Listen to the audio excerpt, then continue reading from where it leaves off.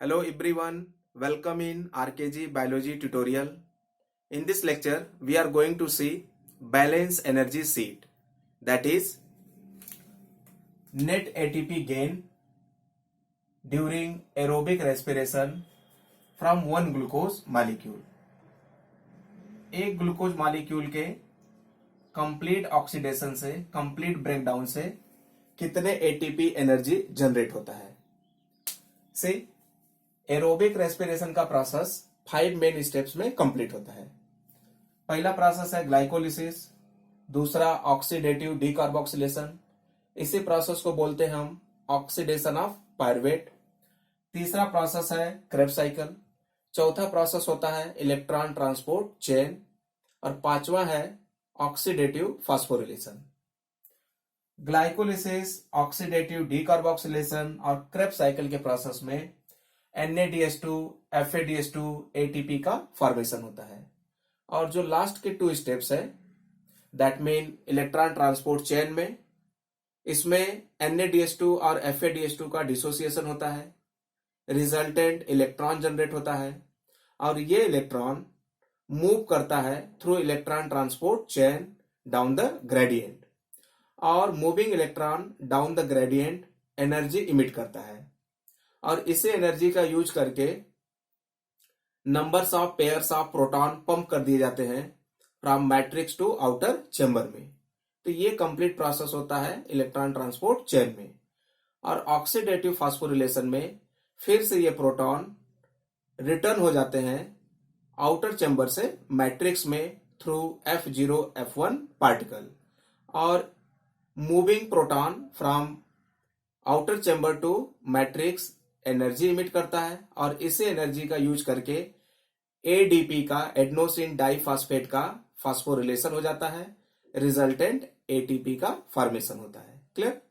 तो यहाँ पे हम लोग देखेंगे कि ग्लाइकोलिसिस के प्रोसेस में कितने नेट ATP का गेन हो रहा है ATP के फॉर्म में स्ट्रेट, कितने NADH2 का फॉर्मेशन हो रहा है। सेम वे ऑक्सीडेटिव डीकार्बोक्सिलेशन में कितने NADH2 का फॉर्मेशन हो रहा है और क्रेब्स साइकिल में कितने ATP और NADH2 FADH2 का फॉर्मेशन हो रहा है। तो ग्लाइकोलिसिस का मतलब होता है conversion of 1 glucose molecule into 2 pyruvic acid. तो इस समय जो है कि 4 ATP का फॉर्मेशन होता है, लेकिन 2 ATP का कंजम्पशन हो जाता है इन फर्स्ट 5 स्टेप, जिसको हम एनर्जी इन्वेस्टमेंट फेज बोलते हैं। तो इस तरह से 4 - 2 दैट इज द 2 ATP का नेट गेन होता है ग्लाइकोलिसिस के प्रोसेस में। तो इस तरह से 2 ATP का गेन होगा as a ATP in glycolysis. यहां पे हम लोग देखते हैं कि जब 1,3 बाईफॉस्फोग्लिसरेट 3 फास्फोग्लिसरेट में कन्वर्ट होता है तो वहां पे 1 ATP का फॉर्मेशन होता है, और जब फास्फोइनॉल पायरुवेट में कन्वर्ट होता है तो नेक्स्ट ATP का फॉर्मेशन होता है। और ये प्रोसेस 2 बार होता है, इसलिए 2 ATP का, दैट मीन नेक्स्ट 2 ATP का फॉर्मेशन होगा। दैट मीन टोटल 4 ATP का फॉर्मेशन होता है, लेकिन फर्स्ट 5 स्टेप जो एनर्जी इन्वेस्टमेंट फेज है वहां पे 2 ATP कंज्यूम हो जाता है। तो इस तरह से 4 - 2 दैट इज द 2 ATP का नेट गेन होगा इन द ग्लाइकोलिसिस। और NADH2 जब ग्लिसरल्डिहाइड 3 फास्फेट 1,3 बाईफॉस्फोग्लिसरेट में कन्वर्ट होता है तो वहां पे 1 NADH2 का फॉर्मेशन होता है, और ये प्रोसेस 2 बार होता है, इसलिए 2 NADH2 का फॉर्मेशन होगा इन ग्लाइकोलिसिस। ओके? और यहां पे हम लोग जानते हैं कि from 1 NADH2 3 ATP molecule generate, so into 3 that is the 6 ATP. So this 6 ATP and this 2 ATP, that is total 8 ATP. Okay, in the process of glycolysis. Oxidative decarboxylation और oxidation of pyruvate का मतलब है conversion of 2 molecule of pyruvic acid into 2 molecule of acetyl coenzyme A in the matrix of mitochondria. और इस process में 2 NADH2 का formation होता है, कोई भी स्ट्रेट ATP का फॉर्मेशन नहीं होता है। So here no straight ATP but 2 NADH2। 2 NADH2 का फॉर्मेशन होगा and from 1 NADH2 3 ATP generate, so into 3 that is the 6 ATP will generate in oxidative decarboxylation. So here total that is the 6 ATP.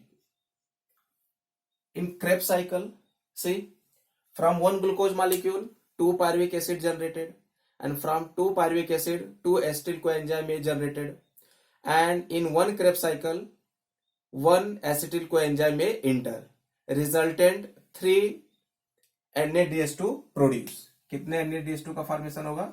3 NADH2 का formation होगा in one Krebs cycle. Okay, और 1 FADH2 का formation होता है. 1 FADH2 का formation होगा in one Krebs cycle. तो 1 glucose molecule से 2 Krebs साइकिल रन होता है. So here into 2 that is 6, and from 1 NADH2 3 ATP generate, so into 3 that is the 18 ATP. Here that is 2 Krebs cycle में कितना हो जाएगा? 2 FADH2 का formation होगा, that mean into 2 that is the, यहाँ पे लिखेंगे 2 FADH2 and 1 FADH2 से 2 ATP का गेन होता है. So here 4 ATP. क्लियर? और हम लोग जानते हैं जब सक्सिनिल कोएंजाइम ए सक्सिनेट में कन्वर्ट होता है तो वहां पे 1 GTP मॉलिक्यूल का फॉर्मेशन होता है, and that 1 GTP molecule is equal to 1 ATP. तो इस तरह से 2 बार Krebs साइकिल रन करेगा तो 2 GTP का फॉर्मेशन होगा, दैट मीन 2 ATP. तो यहाँ पे 2 ATP का गेन होता है. क्लियर? अब इनको हम लोग काउंट कर लेते हैं.